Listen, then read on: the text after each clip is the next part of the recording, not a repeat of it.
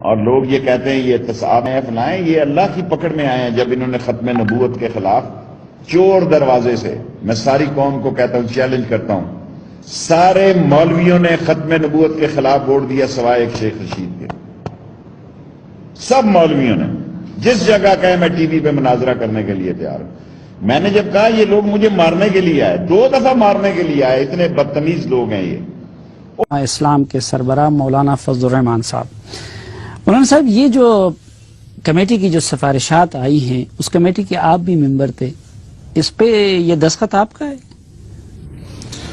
یہ جو آپ لوگ دستخط آپ کا ہے کہ لفظ چھیڑ کے مسئلے کو آپ کیوں گمبھیر کرنا چاہتے ہیں؟ جی دستخط ہم نے کوئی چوری چھپے نہیں کیے، ہمارا ایک طریقہ کار رہا ہے، اور وہ طریقہ کار یہ ہے کہ ہم نے اس کو سیکرٹ رکھنا تھا، اور یہ ان کیمرہ تھا.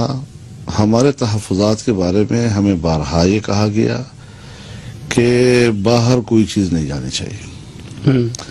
ہم نے کہا صاحب پھر ہم دستخط کیسے کریں؟ ہم نے کہا کہ آپ نے تحفظات جو ہے پارلیمنٹ میں دینی ہے.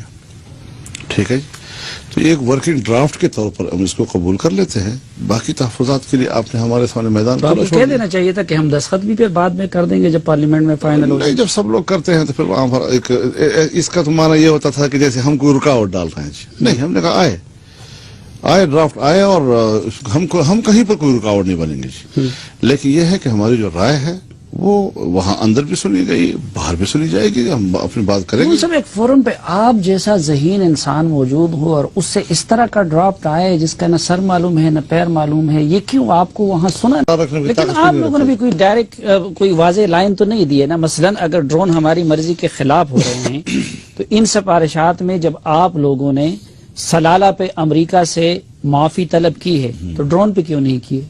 یہ سوال ہمارا ہے، یہ آپ مجھ سے نہ کریں، یہ ہم نے سوال کیا ان سے. جی آپ کا تو دستخط ہے، اس لیے میں آپ وہ دستخط کو تو میں نے آپ سے جواب دے دیا نا، بار بار دہرانے کی ضرورت نہیں ہے. یہ صحافت سیاست میں مشکلات پیدا کرتی ہے، یہی ہوتی ہے جو آپ کر رہے ہیں. تو یہ جو سوال آپ نے کیا ہے پلاننگ کمیشن میں، متنازع بنانے کا گناہ کس کے سر ہے؟ مولانا فضل الرحمان، احسن اقبال، میاں نواز شریف، اسفندیار ولی خان یا سلیم صافی؟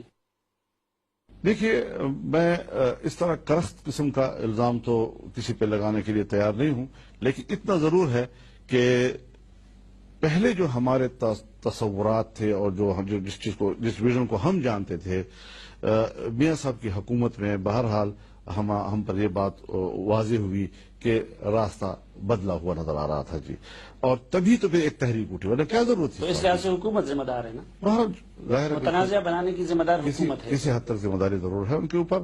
کیوں ہوئی، ان کے اندر یہ بات کیوں آئی، میں یہ تو نہیں کہوں گا کہ بری نیت تھی ہوگی، لیکن خطا ضرور ہوئی ہے ان سے. تو ایسی خطا کار حکومت کے ساتھ آپ بیٹھے کیوں ہیں؟ آگے چلے نا.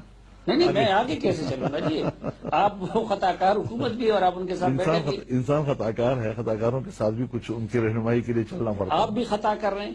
نہیں یعنی ہم ان کو اگر ہم ان کو کہیں امریکنز کو کہ اب ہمارا جو پیس پروسیس شروع ہونے والا ہے، جب تک ہمارا پیس پروسیس چل رہا ہے آپ نے کوئی ڈرون اٹیک کیا، ہمیں وعدہ کریں آپ ڈرون اٹیک کرتے نہ.